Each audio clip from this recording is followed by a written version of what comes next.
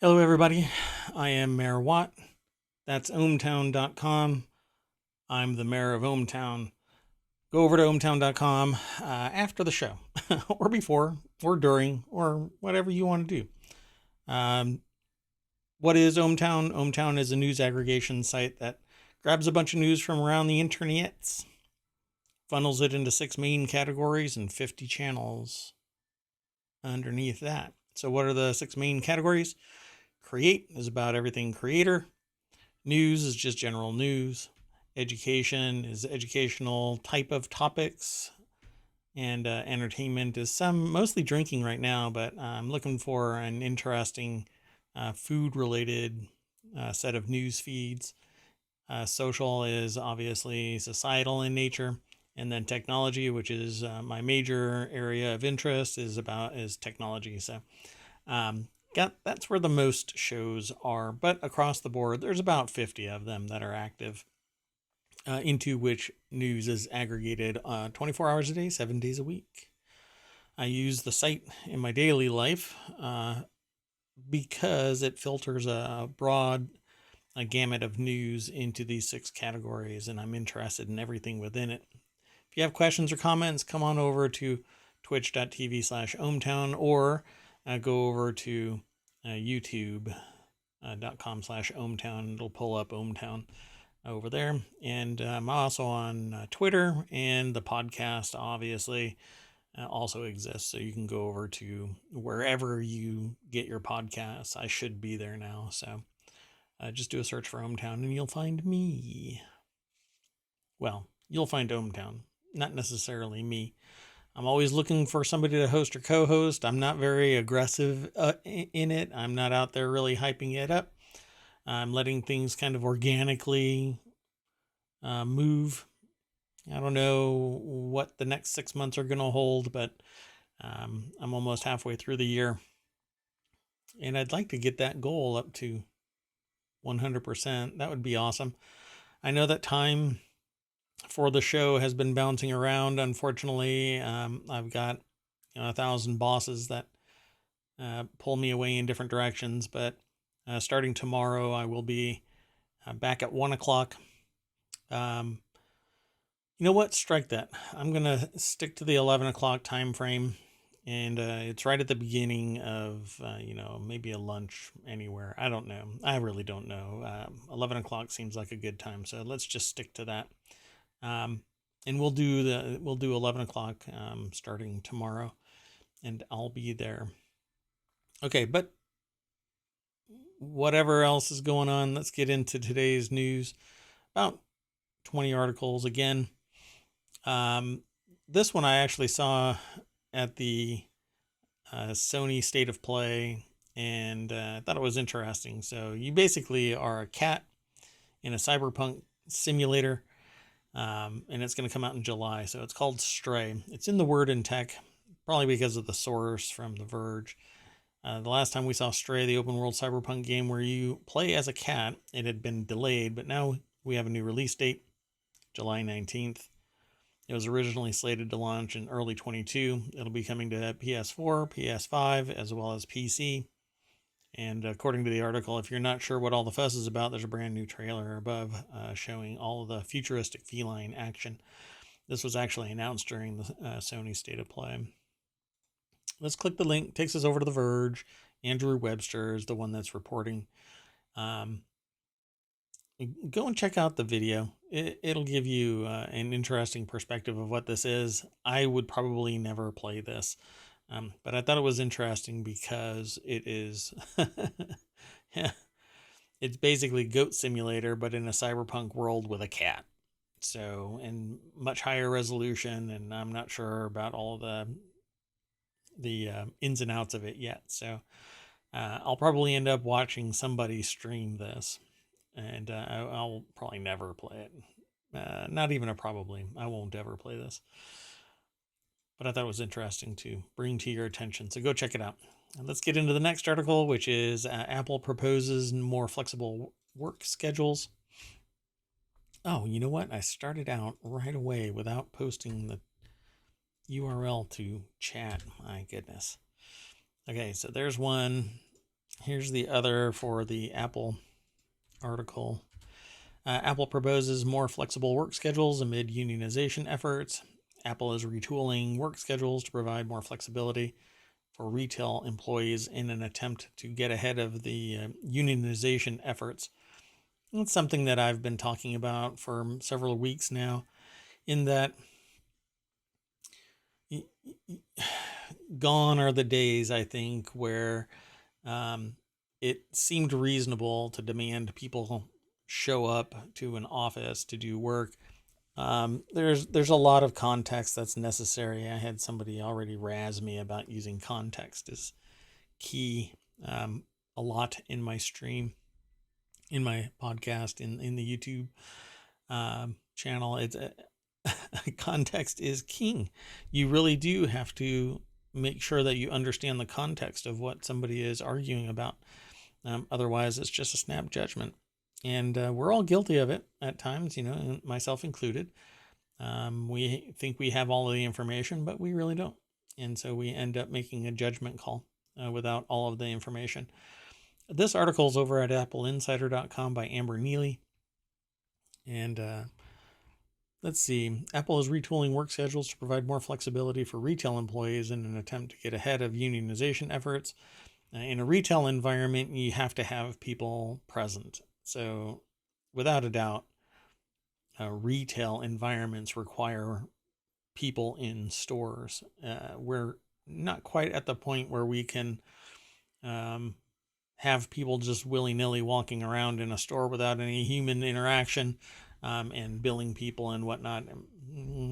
Sometimes you can get away with it, but it's not standard practice, not just yet. But office work, nobody needs to show up into an office. Although I've heard a couple of people argue against it because it's hard to foment a particular culture within the enterprise. But really,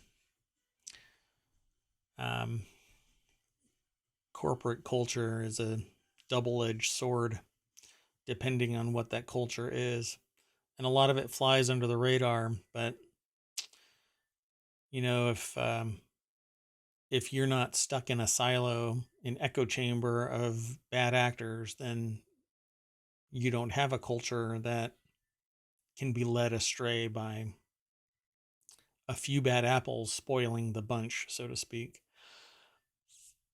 Anyway, minimum of 12-hour in-between shifts, an increase from the current minimum of 10 hours, maximum of 3 days per week when employees can work past 8 unless they choose to work late shifts. It's usually frowned upon when you say no. That's kind of a hard one to really apply. Employees won't be scheduled to work more than 5 days in a row, a change from a maximum of 6 days in a row. There could be exemptions during new product launches and holidays. Full-time employees will be eligible for a dedicated weekend day off for each 6-month period. Oh, very exciting. Very exciting. Anyway, and they're also bumping up the pay, so to $22 an hour. At least they're beginning to notify some people. Let's continue on to the next article, which is in the Hatch Ideas channel. It was aggregated from CNBC. Elon Musk feels, quote unquote, super bad about the economy, needs to cut 10% of Tesla jobs. Yep, you heard it, folks. The business needs to cut 10%. This is an article. It just has the author of Reuters. It doesn't have a name. So let me see if I can. No name. Anyway, the key points from the article is that Tesla CEO Elon Musk has a super bad feeling about the economy and needs to cut about 10% of the jobs at electric car maker Tesla. He said in an email to executives seen by Reuters. Tesla employed almost 100,000 people at the company and its subsidiaries at the end of 2021, according to the annual SEC filing, and the company is not immediately available for comment. Musk has warned in recent weeks about the risk of recession, but his email ordering a hiring freeze and staff cuts was the most direct and high-profile message of its kind from the head of an automaker. Yeah. I guess, well, again, you don't become a billionaire by taking smaller margins and whatnot. So Tesla CEO Elon Musk has a super bad feeling and is going to be cutting about 10%. So 10,000 people. Congratulations. You're fired. Tesla shares fell nearly 3% in U.S. pre-market trade on Friday, and its Frankfurt-listed stock was down 3.6% after the Reuters report. U.S. NASDAQ futures turned negative and were trading 0.6% lower. I said lawyer. If that was a slip. Anyway, it says here, but Tesla has struggled to restart production at its Shanghai factory after COVID-19 lockdowns forced costly outages at the plant. Yep. Pause all hiring. Before Musk's warning, Tesla had about 5,000 job postings on LinkedIn from sales in Tokyo and engineers in its new Berlin Gigafactory to deep learning scientists in Palo Alto. It had scheduled an online hiring event for Shanghai in June 9th on its WeChat channel. Maybe it's only going to be here in the States. I don't know. Pardon the cough there. The next article, let's continue on to the next article.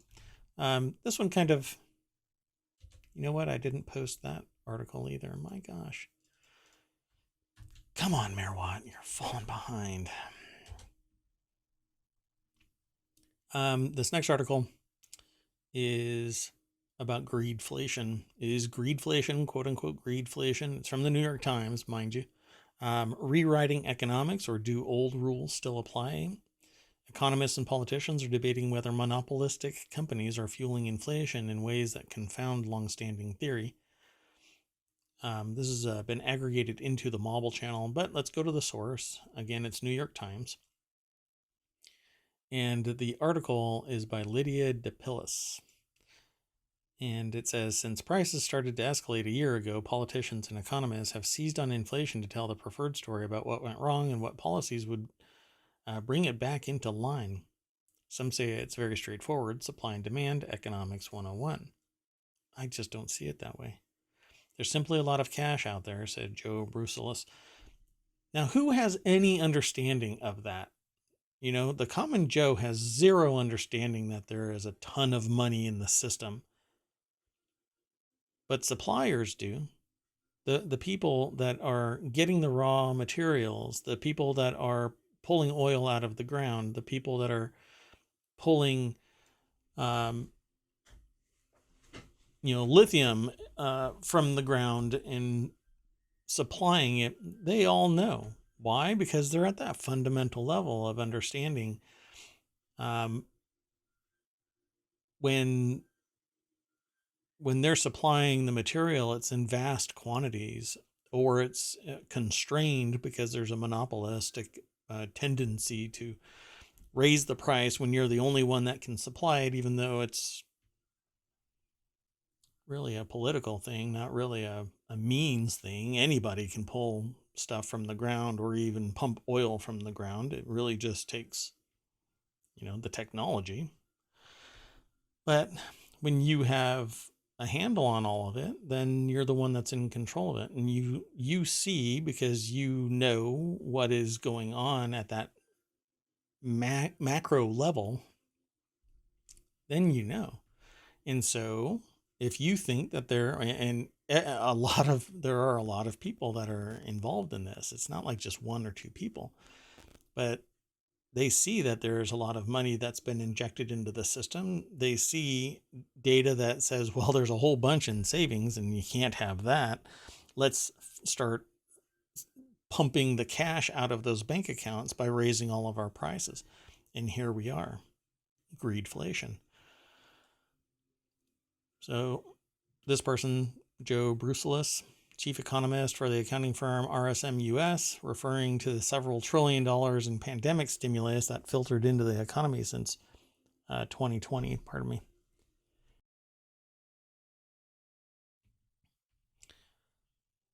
the competition for those goods is up, and that's sending prices up, whether we're talking about getting a Nissan Sentra or a seat on an American Airlines flight. Why is that? Why did suddenly, don't tell me it's because the pandemic is ending and doors are opening. No, these same companies that I'm talking about that are the suppliers of they are the means for consumption. They had record profits for the last 2 years. During the pandemic, they had record profits. While the cost of goods is increasing, record profits, right? While we're trending towards recession, record profits. You can't tell me that this is aligned with old world economic machinations. It's not how it works. It's never worked like this. But when you have very few people supplying, then yes, you can start ramping up the costs. Why? Because there isn't any competition.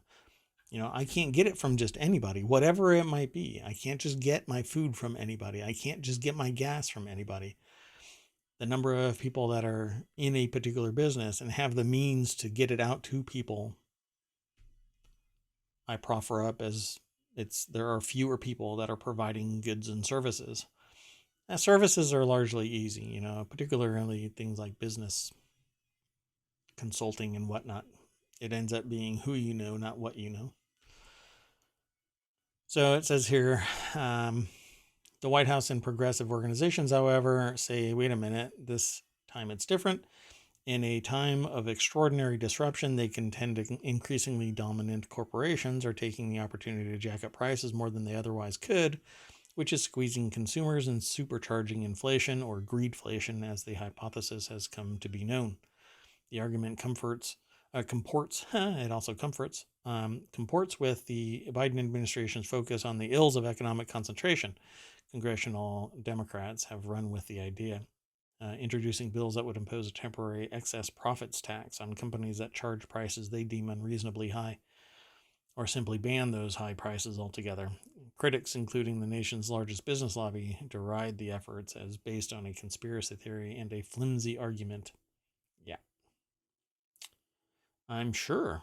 And cigarettes used to be good for you.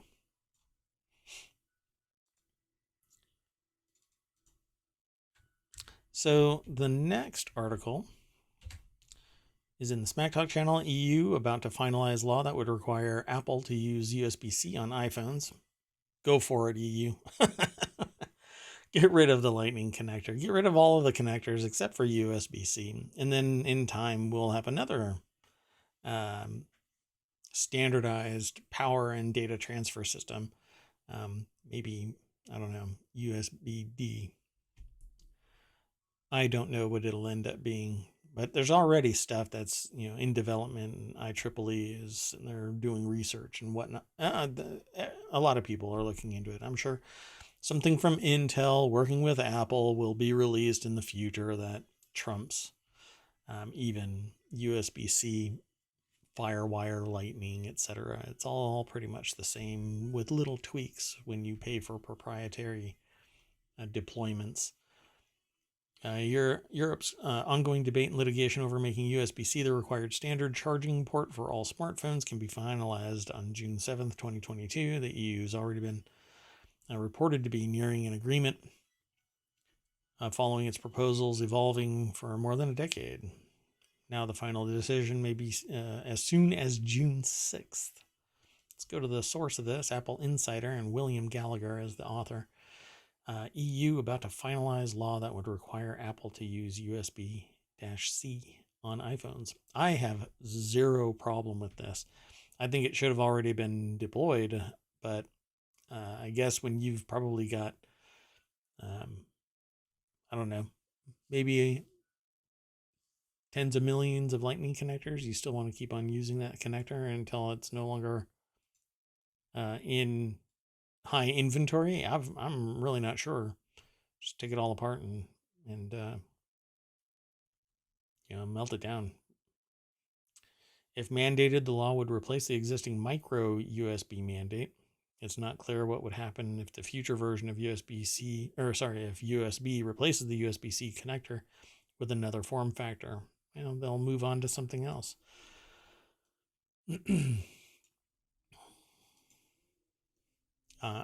Honestly, I'm not sure why a government would involve itself in this. Particularly, micro USB was a horrible, horrible solution. I mean, it was not a very robust solution. They were always getting damaged. Every cable that I ever got was always flimsy. I don't know what it was about micro USB, but anyway, let's just move on. Let's move past this. The next article is in the Daily News Show channel. It was aggregated from commondreams.org. It says corporate monopolies who stole the baby's formula. So 4 corporations control 90% of the baby formula market in the United States. Oh, by the way, I had mentioned that I think that people should create an open source baby formula and should be produced by a whole strata of manufacturers, small-time business owners who in their particular region can make baby formula. But the problem here is it has to go through regulatory review. You have to get monitored again and again and again constantly, because there's so much that's riding on this. The liability for somebody is like through the roof, right?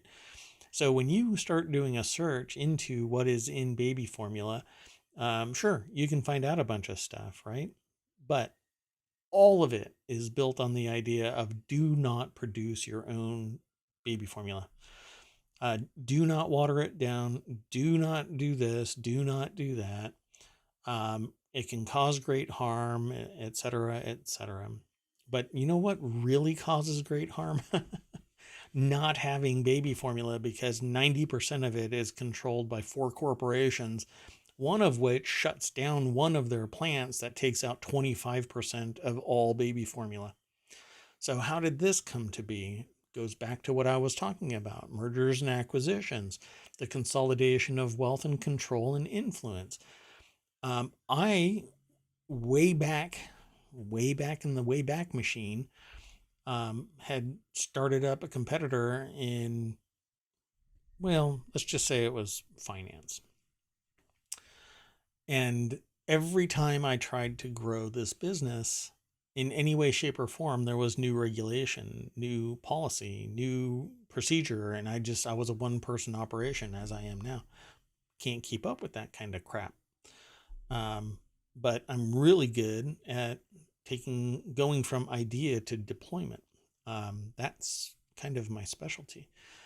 But what I couldn't contend with is that when you have money, you also have political power, influence, control. You can write policy if you have billions of dollars in market capitalization.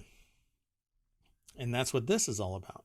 There's so much money behind this that trying to create and then get certified to produce baby formula is economically unviable. It's an untenable position for a small business.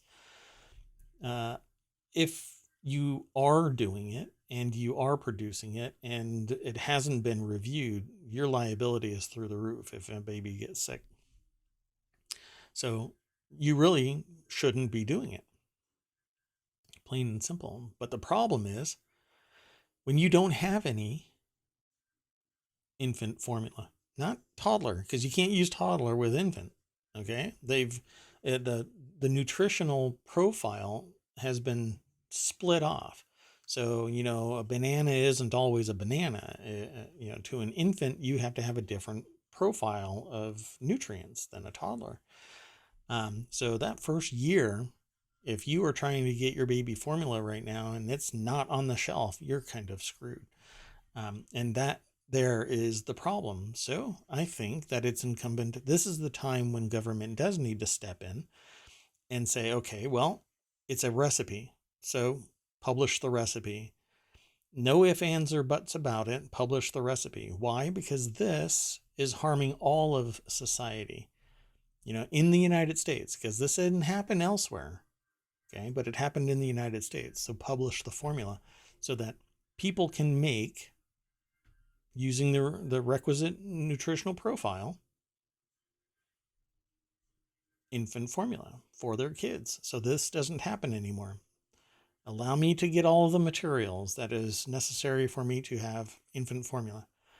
But they won't do it. Nobody will do it. Why? Because it will siphon money directly out of the political strata. It'll go back to the people, and you'll end up with a market that basically collapses, because you no longer have to have 4 corporations controlling 90% of the baby formula market. Maybe the prices would drop dramatically. Would there be increased risk? Not necessarily. We do all kinds of things that could be corporatized. But you grow plants at home that you can eat all the time. We're adult though, but we follow procedure, and we sterilize stuff. I mean, we make beer all the time. In some some states, you can distill under certain controls, and it's monitored. So let us do the same thing. Anyway, this article is over at Common Dreams, the corporate monopolies who stole the baby's formula. And its subtitle is 4 corporations control 90% of the baby formula market in the United States. It's an article by Amy Goodman and Dennis Moynihan. And it says, last October, a whistleblower sent the FDA a report detailing safety and sanitation violations at the Abbott Nutrition Factory in Sturgis, Michigan, the largest baby formula manufacturing plant in the nation. It would be months before the FDA took action. Abbott fired the whistleblower. 4 babies who had consumed formula from the plant suffered bacterial infections, and 2 of them died. The FDA could not conclusively link the illnesses or deaths to the plant. In February, Abbott shut down that plant and announced a voluntary recall of its Sturgis manufactured baby formula. The FDA followed with a product warning, and the life-threatening formula shortage was not due to a natural disaster or circumstances beyond Abbott's control. Rather, it is a predictable outcome of corporate greed, cover-up, and captured regulatory agency. That's all from the article. So if you want to read more about it, you're already getting my perspective on this. I think that more people should be able to produce their own at-home infant formula following a profile that is set out by those with an interest and subject matter expertise in infant formula. So let's do this. Who is willing to publish an infant formula that is the profile that's needed, and take control of this, of the basic consumable for infants? If you can't breastfeed, you have to have infant formula, and many people cannot breastfeed. So they have to have infant formula, and they're not in control of that supply. In every other case, I can provide. If there's a shortage somewhere, I can provide. Clothes, fine. I can get raw material. I can go and get fabric and make baby clothes for my infant or my toddler. No problem there, right? Me, as an adult male, I can do that. What I can't do is make infant formula, because I don't have the profile that will keep me out of jail if my infant gets sick. So, historically, we have given food of whatever. Historically, I'd have to go back and look what we did, back in the 1800s, 1700s. But there were a lot more fatalities. The mortality rate of humans has grown, has changed. It's gotten better, not grown as in higher, but And it's because of oversight. It's because of policy and procedure from usually government oversight. Because businesses will do what this business did, not tell anybody, not be forthcoming, not anything, because it'll hurt the bottom line and stakeholders and investors. Or they'll say, oh, well, it's not from us. Right. Just like, again, like I said about the other things, people with a vested interest in the success of a particular product will say whatever they have to make sure that it is a viable solution for generating revenue. Cigarettes used to be healthy. I mean, doctors used to say that it was okay to smoke cigarettes. There were pans that were made that had a nonstick coating that led directly to people dying. And it was a denial. And there's movies about it, for crying out loud. It's ridiculous. It's ridiculous. Okay, I'm going to continue on. The next article is in the Mobile Channel. Did I not throw that article in there too? Corporate monopolies? Oh my God. I'm just not doing this right. And of course, people are trying to get in touch with me again. I'd like to be more available for y'all, but that is a massive shift to stream more, and I would like to, but I'm going to start doing it tomorrow. I promise I'll be more online. Okay, so this NOAA article is in the Mobile Channel. NOAA shares flashy first imagery of the GOES, or GOES 18 Lightning Mapper, the Geostationary Lightning Mapper, or GLM instrument on board NOAA's GOES 18 satellite. I think that, anyway, is now providing striking lightning observations of the Western Hemisphere. The GOES 18 launched on March 1st, 2022. I had a hot S there. Let's click the link. It takes us over to phys.org. And recently, the GOES 18 GLM detected and monitored lightning activity in severe storms across the U.S. The derecho moved through the northern plains on May 12th, particularly affecting eastern South Dakota and west central Minnesota. Derechos feature, I don't know why I have to say derecho like that, derecho. Feature unusually widespread wind damage, and according to NOAA's National Weather Service, the May 12th event was one of the most extreme examples on record due to the number of significant wind gusts. This derecho produced straight-line winds between 60 and 100 miles per hour. Several tornadoes were also confirmed in the area, as well as significant blowing dust. The storm uprooted trees, damaged property, caused power outages, and resulted in injuries at least 2 deaths. My main, let me see if I can pull something up real quick. I think it's called Mudbot. Yeah.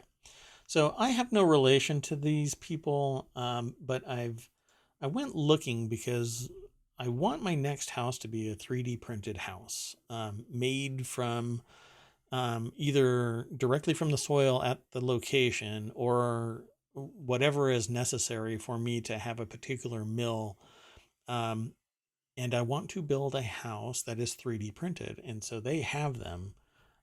It's a US centric company called Mudbots. And I think that this would solve so many problems in terms of housing stability in areas that are tornado prone, high wind prone, even the weather pattern that dumps a ton of snow on a house. These massive shifts can cause some serious problems with standard timber framed houses, because they, much to everyone's chagrin, wood soaks up water, gets near freezing, but it swells and contracts, and that can pull nails out of it, that can pull itself off of mounting brackets. It can twist and contort, and eventually it just collapses. And like without active monitoring, you run the risk of basically your house falling down around you.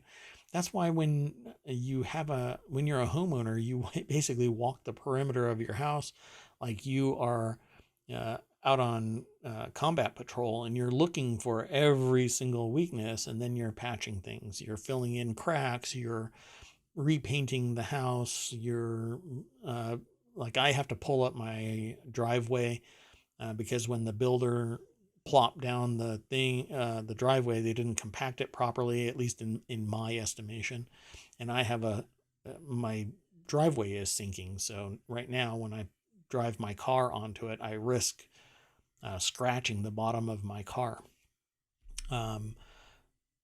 Very disconcerting. And so within the next month, I'm going to have my driveway replaced.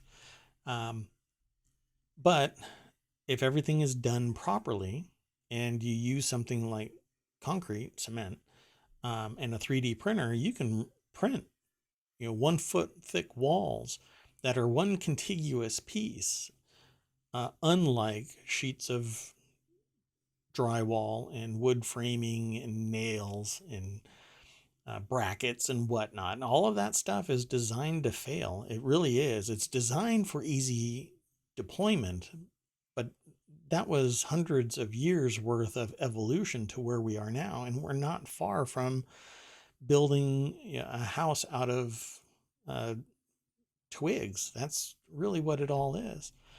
Well, something that is pretty darn impervious to weathering is concrete, a rock. It is a rock. And it takes a lot longer to decompose. But there are caveats and there are concerns. I'm not a big fan of rebar being stuck inside cement. The physics there say, well, you got to put all of this in there for reinforcement and anchoring and whatnot. Well, unless it's a particular type of rebar, it rusts. And the type that doesn't rust is very expensive compared to standard rebar. And, I've seen it. The wrong deployment of rebar, if the people aren't very careful about how it's deployed, and if water gets in there, it'll start rusting, and it actually acts like a nail and will slowly separate. It'll oxidize and break, spalling the cement. So what does all of this have to do with the lightning mapper? It's because the lightning mapper is notifying people of basically changes in the weather.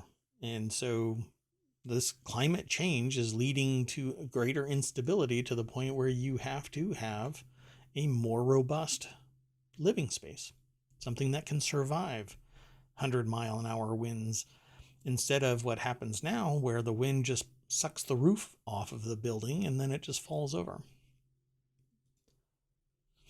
So go over to phys.org. The article is by the NOAA headquarters, not a particular name. And if you want to see more of this information, they have a YouTube video out, but you can go over to phys.org and actually watch the video of these lightning strikes that are being monitored. And there's certain reasons for it, but to me, it's all about climate change monitoring. Let's go on to the next article. The next article is in the Hedge Ideas channel. A wave of layoffs is sweeping the U.S. Here are firms that have announced cuts so far, from Carvana to Netflix. I'm going to just click the link. I'm falling behind. And this is over at Business Insider. Article is written by Ben Gilbert and Avery Hartmans. And it says, in the first few months of 2022, a wave of layoffs swept across American business. The cuts stem from slower business growth paired with rising labor costs. The layoffs cut across industries from mortgage lending to digital payment processing. Let's see some of them. Carvana laid off 2,500 people. I think that No, that wasn't the one. There was one that it was all done by Zoom. Horrible. Reef laid off about 750 people. GoPuff, which I've never even heard of, 400 people were laid off. That's not much. Better laid off about 4,000 people. Oh, I think it was, yeah, it was better. Yeah.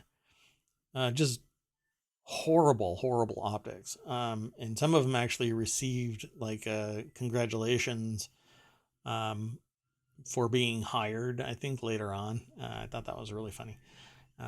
But 4,000 people getting laid off by basically saying, if you're on the Zoom call, congratulations, you're invited not to return, was basically what it is. Lost $100 million last quarter.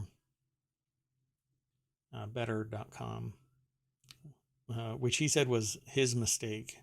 He then said the layoff shouldn't have happened right before the holiday, but 3 months ago. So he waited until the holiday, even though he says it was his mistake. Maybe he shouldn't be the CEO if that's the mistake. So let's see. Hold on a second. I'm curious about something. I know it's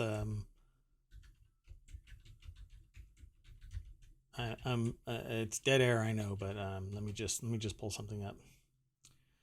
So after this year, which Garg, right? Yeah, Vishal Garg, I guess his last name is pronounced Garg, received a $25 million cash bonus in 2020 after previously requesting an equity-based award. So this is a year after in which Greg received a $25 million cash bonus. So how much did he actually make? The Daily Newscatcher has Garg's net worth estimated at around $4 billion, while the Better company itself is estimated to be worth around $7.7 billion. And in November of 2020, Garg reportedly invested $10 million in AlphaFlow, a platform for investing in real estate debt. Gotcha. So he laid off 4,000 people. See, for me, I would end up having to take, because I want to keep my enterprise operational, but you don't become a billionaire by using your own money. You use other people's money to run your business, and you siphon money out of it. I've seen a lot of billionaires do that. A lot of millionaires, multimillionaires do that. They pay themselves first. That's even a mantra, you know that? Pay yourself first. Pay yourself first. And I largely agree. But the problem is that if you have an enterprise and you see that the problem is your fault, even admits to it, I think that you should inject your personal capital into it, and save your company from your own mistakes, your own decisions. If that's what it says in the article. He said that it was his fault. Maybe the whole thing wasn't his fault. Maybe he should have told people 3 months earlier, and that's what is his fault. The fact that he told people right before the holiday. Needless to say, I'm not a billionaire, so maybe my particular ethic is I would do it a different way. Noom fired 400 or 500 people. Peloton over 2,800 people, including 20% of its corporate workforce, because an ongoing downturn in the company's business. I think it reached saturation, but that's me. And now it's going to be churning people, I think. But their filings and their machinations are really what it's all about. With gyms reopening as vaccination rates increased, Peloton's business took a huge hit. The company's market value has dropped from $50 billion last year to around $4.4 billion as of early June 2022. I bought a Tonal because I don't want to go to a gym. And I don't think that a Peloton all by itself is my particular bag of tricks. I like weightlifting more than just the aerobic workout of a Peloton. Thrasio, I've never even heard of it. Up to 20% of staff, according to sources. Robinhood. Unknown number of people in mortgage lending, Wells Fargo. Wow, this is a really long list, folks. So go over to businessinsider.com and show them some attention. Ben Gilbert and Avery Hartman's article titled "A Wave of Layoffs is Sweeping the U.S. Here are firms that have announced cuts so far from Carvana to Netflix." Let's go on to the next article. I have a lot more, and I've already been streaming for 45 minutes, I think. Oof. So let's continue on. I want to get all of this in. In the continuity report, Disney hires Apple Games exec Mark Boson to head Metaverse Creative Strategy. So Disney hired Mark. So Todd Spangler is the writer for this article over at Variety. And they hired Mark Boson as a top gaming executive from Apple as a senior creative leader for its cross-divisional next-generation storytelling initiative, which encompasses Disney's metaverse ambitions. And now I feel like everything is muddled together when it comes to metaverse. Is the metaverse the Facebook / Meta perspective of metaverse, or is it Disney's metaverse, where it's basically a converged virtual reality, augmented reality, standard Web 2.0, new Web 3.0 metaverse perspective in VR? I don't know what it is anymore. As Disney's VP of Next Generation Storytelling Creative Experiences, Boson will be responsible for leading the creative vision for the group and turn the strategy into executable plans. He's expected to build a multidisciplinary team that will work with Disney businesses across gaming, film, TV, toys, parks, and more to deliver interconnected consumer experiences. Well, I think that Disney has another issue. If the video that I watched on Reddit goes viral, somebody is going to get some bad press, because basically some dude was trying to propose with via a stage with over in, I think, Disney Paris. And they were just about to take a picture, and he was on his knee and holding the ring out. And everybody was like oohing and ahhing, and some dude ran up, an employee from the park, I guess, and just ushered them off, grabbed the ring and said, nope, screw you and your happiest place on earth proposal. You're out of here. And I was just blown away by that. I showed it to a couple of people, and they were like, if this guy's job is still in existence, there's something wrong here. And I hope that Disney makes good on this. They should make that stage sit there so that people can take pictures of proposals. But that's a different article, I suppose. We might run across it in the news feed in time. Let's go on to the next article. This next article is in the Smack Talk channel. Pardon me. Sorry about that. My voice is still going out. So this is in the Smack Talk channel. Apple highlights 3 young winners of the Swift Student Challenge.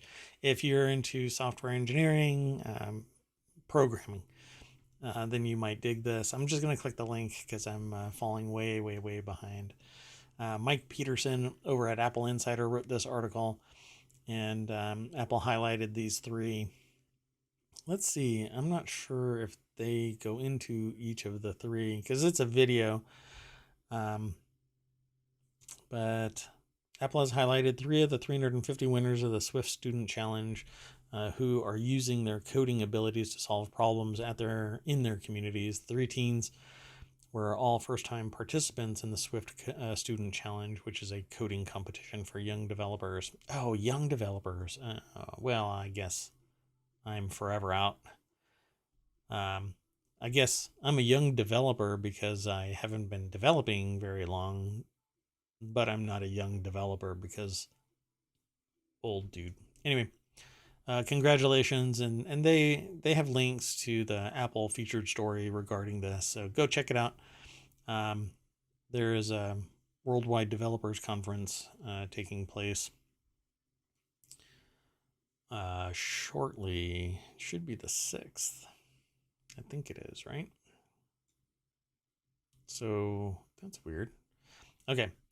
Anyway, let's continue on. The next article is Cruise can finally start charging for fully driverless robotaxis. This is, I think, the same vehicle that got pulled over by the police. And the cops just looked at it like, oh, God, there's no driver.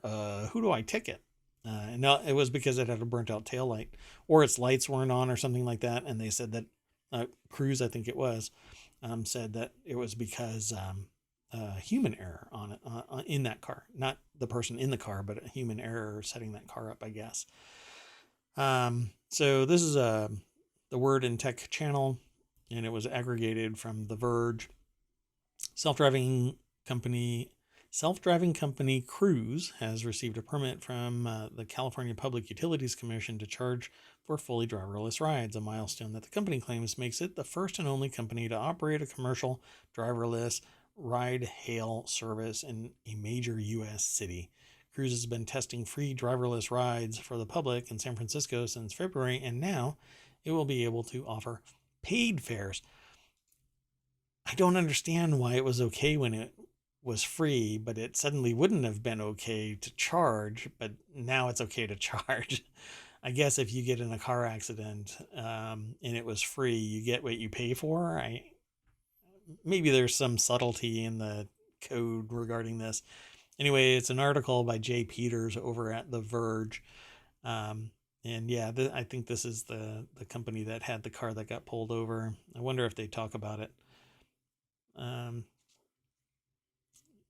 Let's see here. Yeah, I don't see anything talking about it. Anyway, for this paid service, the GM and Honda backed Cruise will be able to operate in 30 all electric vehicles at night from 10 p.m. to 6 a.m.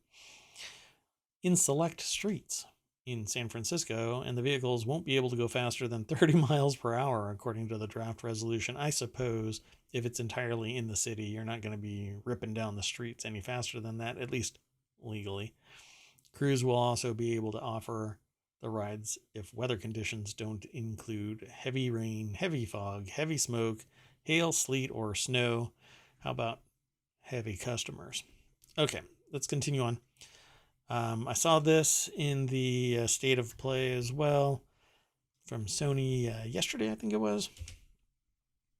Horizon Call of the Mountain gets a trailer. Horizon Forbidden West free update is released. During the State of Play presentation, Sony showed a new trailer for the upcoming virtual reality title, Horizon Call of the Mountain.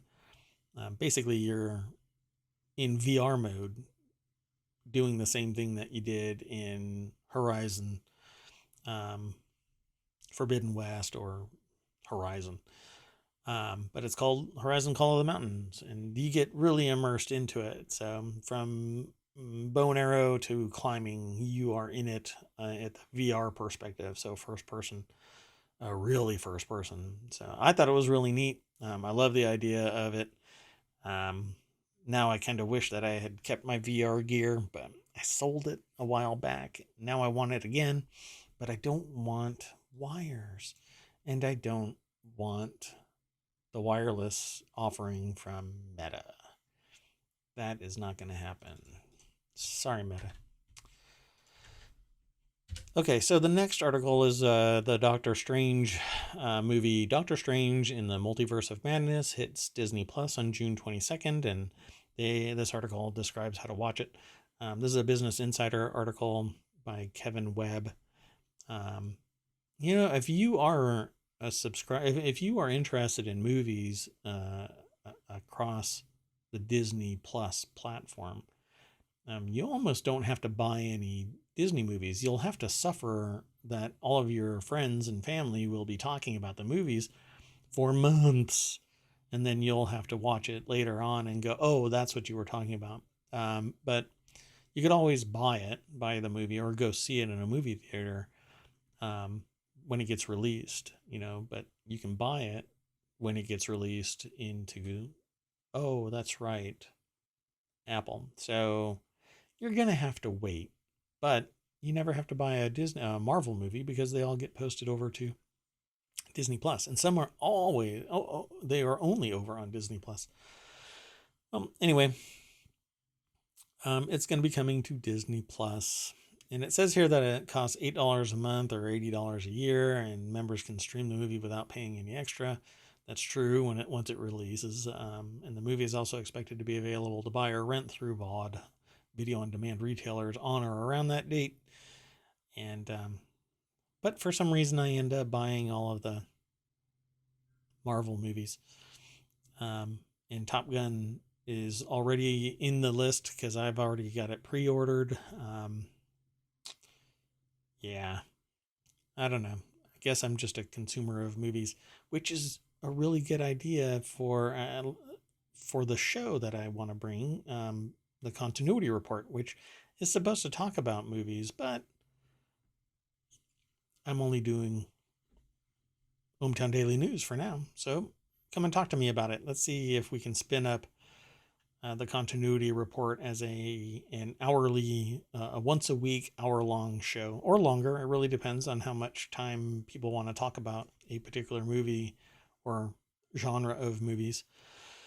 But don't forget, go over to Business Insider if you want to read more about the Doctor Strange Disney Plus drop on June 22nd.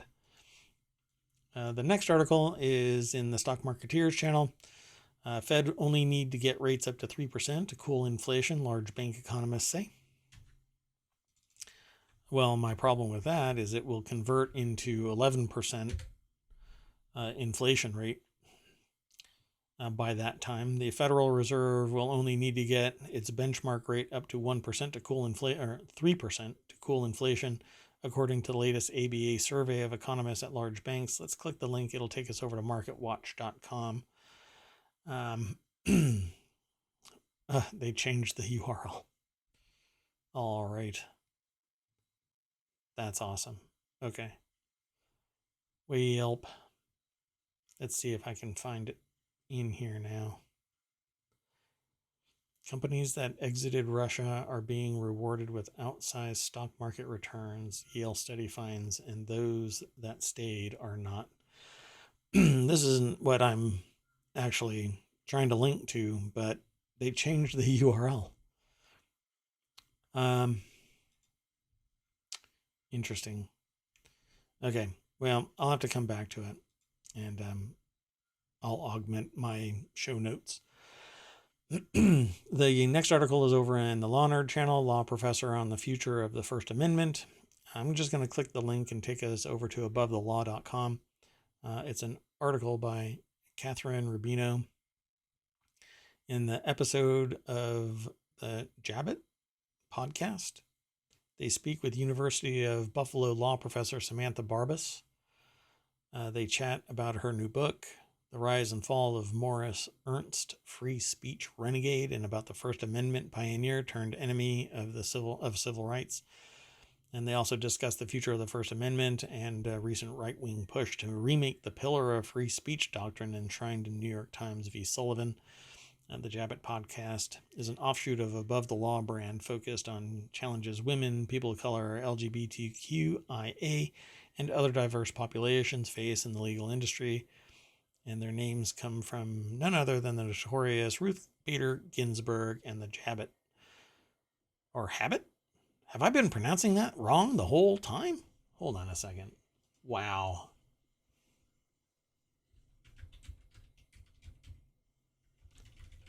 Forgive me.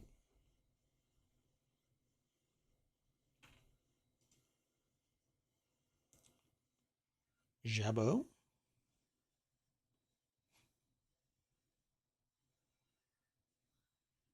That's interesting. Well, depending on where it's, depending on the pronunciation, depending on where you are,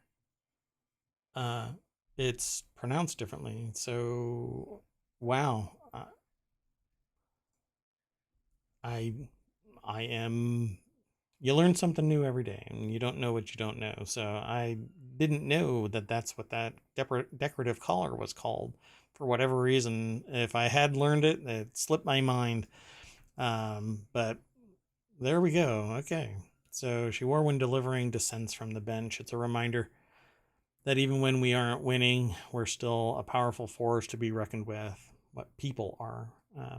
I think everybody should be treated the the same as a human being, and embrace diversity and difference between people, as long as they're making sense, as long as they're not lying, as long as they're not being manipulative, as long as they're not being a tool. I don't really, I'm not concerned about the rest of it. I embrace everybody as a human being first. Anyway, so I'm gonna have to do a little digging, because I'm feeling a little taken aback by not knowing about this. But I've found at least 3 different pronunciations of it, so now I need to know the definitive pronunciation of it. At any rate, the next article, and so just to be sure of what I'm saying here, you should go over to this article and listen to the podcast that is associated with this, Jabot, or Jabot, depending on your pronunciation.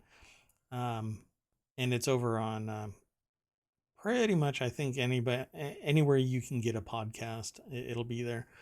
And it's about the law professor on the future of the First Amendment with Samantha Barbas. Okay, so the next article is the best stock trading apps of 2022. I'm just going to click the link, and they go through a bunch of them. It's over at businessinsider.com, personal finance. Eric Rosenberg and Ricky Houston put this together, and they talk about the best stock trading apps. They describe who their expert panel is for the evaluation of these, and they list Charles Schwab, Thinkorswim Trading Platform, SoFi Active Invest, Vanguard, Fidelity, Interactive Brokers, and Ally Invest. And they're all above 4 out of 5 stars.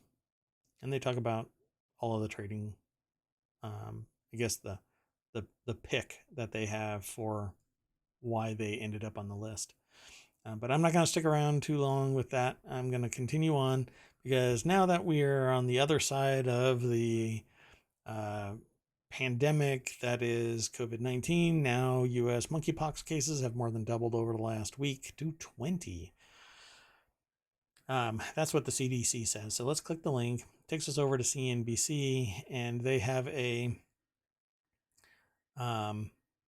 key points list. It says Dr. Jennifer McQuiston, a CDC official, said the overall health risk to the public remains low right now, with only 20. It doesn't seem that high, but you don't want to be the one that gets it.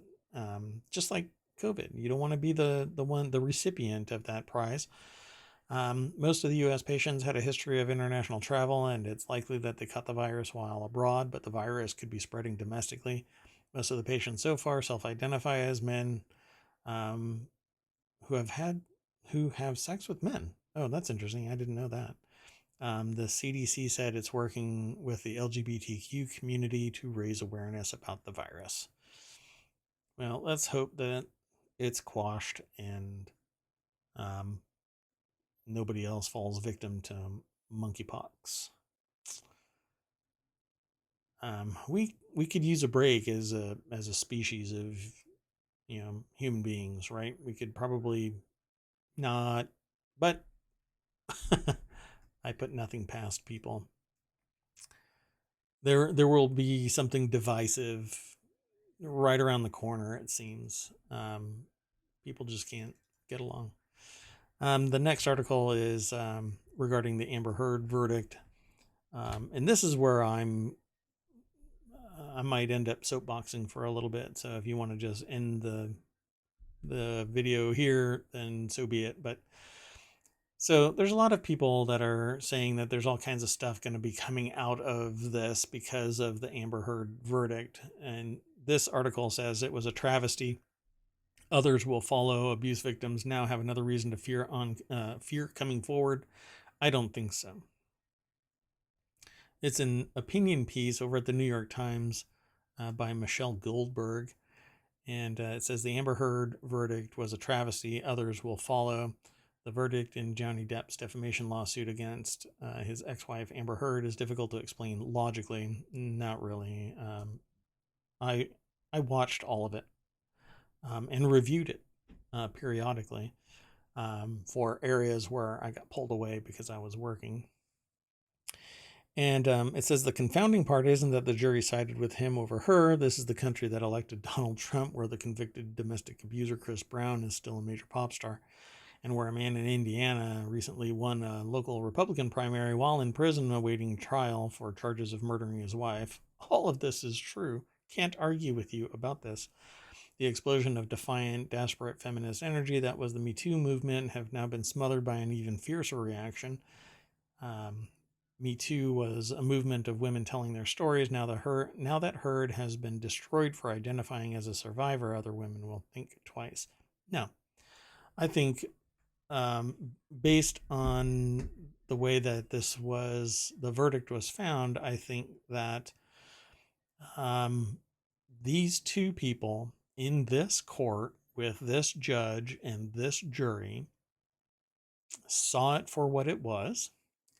And in my particular perspective, I think that they ruled the right way, in part, because they're based on the evidence that I saw, which isn't everything. Okay, not everything was disclosed to the public. There's all kinds of stuff that happens on the back end that isn't publicly disclosed.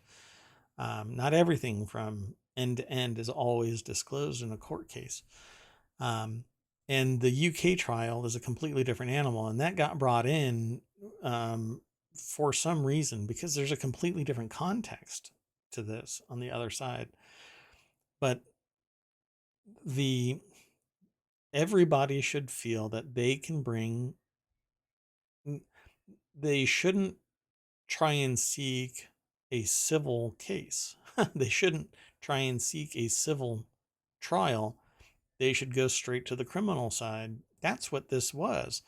This was a civil case about defamation that was framed in the context of, oh, it's not defamation because you are a wife beater. This had nothing to do about abuse, because abuse is a criminal case, not a civil case. The documentation that was provided, short of being a complete tool, Depp doesn't seem to have hit her, to struck her, to have done anything. And in 58 years, no other person has come forward saying the same.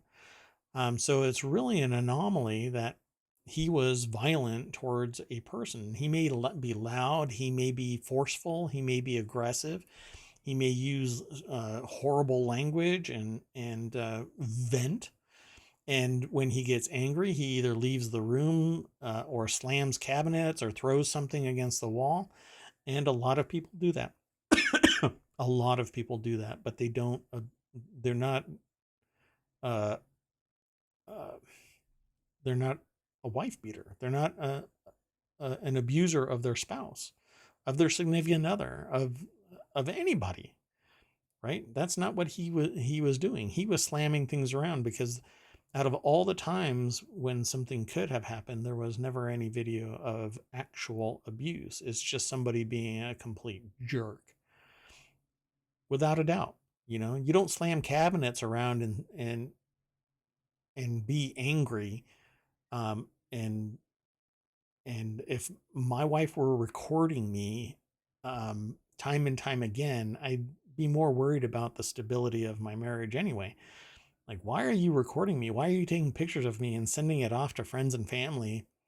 But the argument was that it was so that he could remember that he did this thing, as if a person who is knockout drunk, on drugs, etc., doesn't realize that they are this way. Believe me, they know. Just like a person who is a victim of domestic violence knows. There's all kinds of stuff that they have to go through to not offend, and they don't incite that person to abuse, and they certainly don't try and record it as regularly as it appeared in the trial. There were numerous videos and pictures and whatnot, and Depp was even aware of it. Yeah, you're recording me again. If I was in a relationship with somebody that was violent to me and I had the means, most domestic violence people, victims, I don't even like calling them victims, because it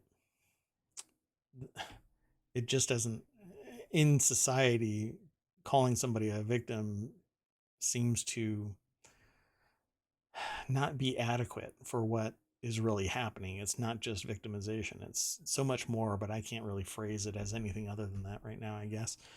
But the most of the people who are domestic violence victims don't have the means to just get up and walk away. But this person did and never did.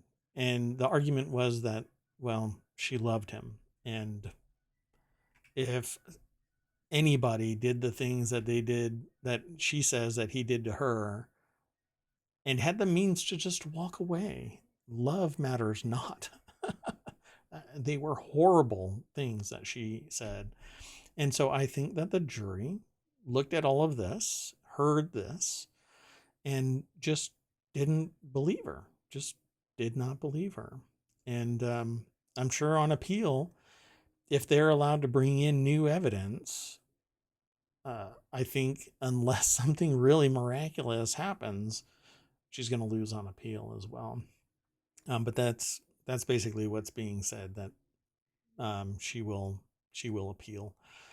And it's not a First Amendment issue. You can't claim a First Amendment issue when you are defaming somebody. You can't. It's not a First Amendment issue when it is ultimately called out as a lie. It turns into a civil defamation case, and this is the result of it, because it isn't about your First Amendment. You can't just say whatever you want about a person. It has to have some modicum of proof, or it is stated as opinion, and you're not impacting anybody with that opinion. You're making it abundantly clear.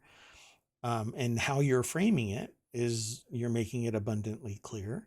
And even that can be an issue, right? And anybody can bring somebody to court just by filing a court case. You can file a claim right now, against anybody. And but the First Amendment applies to the government. It doesn't apply to individuals. You can't just say whatever you want. And the control is on the government, that they can't come after you for your statement. But if you make a statement about somebody and they feel that they're being defamed, then they can file a lawsuit against you. I'm concerned that the way that it's being framed in opinion letters is going to cool others from stepping forward, and it shouldn't. You should see this case for what it is, which is, it was he said, she said, or she said, he said, and there wasn't enough evidence to support the claims that were being made, and it's a defamation case. It isn't a domestic violence case. That is criminal, but there is no criminal anything. There's no criminal finding in this. There's no charges. There was nothing that led to criminality. And therefore, it should be seen as a defamation case, not a domestic violence case. Please keep that in mind. Anybody who's listening to this, listen to this for what it is, which is my understanding, my observation, and what I see this is, you witnessed firsthand the way that she claimed things, the way that he claimed things, the evidence that was argued and presented never substantiated abuse directly upon her, because it wasn't there. You couldn't see it. It didn't have to happen immediately, but there was no evidence of it. It just, out of all the times where a picture could be taken or a video could be made, why wasn't this? I mean, if it happened so frequently, and it seemingly did, every time they went out, I mean, I would probably have my phone running 24/7 and recording everything, if I was so motivated to stay after the first time. But, if if I abused my wife, or my wife abused me, or my significant other, whatever your situation is, if they abuse you, leave. There isn't enough love in the world that should make you take abuse. It just, it shouldn't exist. There isn't enough out there. You might be able to make change, and good for you, but I would never suggest anybody who has been the victim of domestic violence should stay. And that's it. So I think that this is a wrong take in this letter here, this opinion letter from Michelle Goldberg from NewYorkTimes.com. It's titled "The Amber Heard Verdict Was a Travesty. Others Will Follow," and I don't agree. With that said, we are at the end of the show, and I always take us back to the front page. I click that little front page logo. I'm still working on the logo. I want to change the ohmTown design to just a little icon. Anyway, I'm working on it. And there you go. Always something new, 24 hours a day, 7 days a week, aggregated from news around the internet. Thanks for stopping by. I'll see you tomorrow. Bye-bye.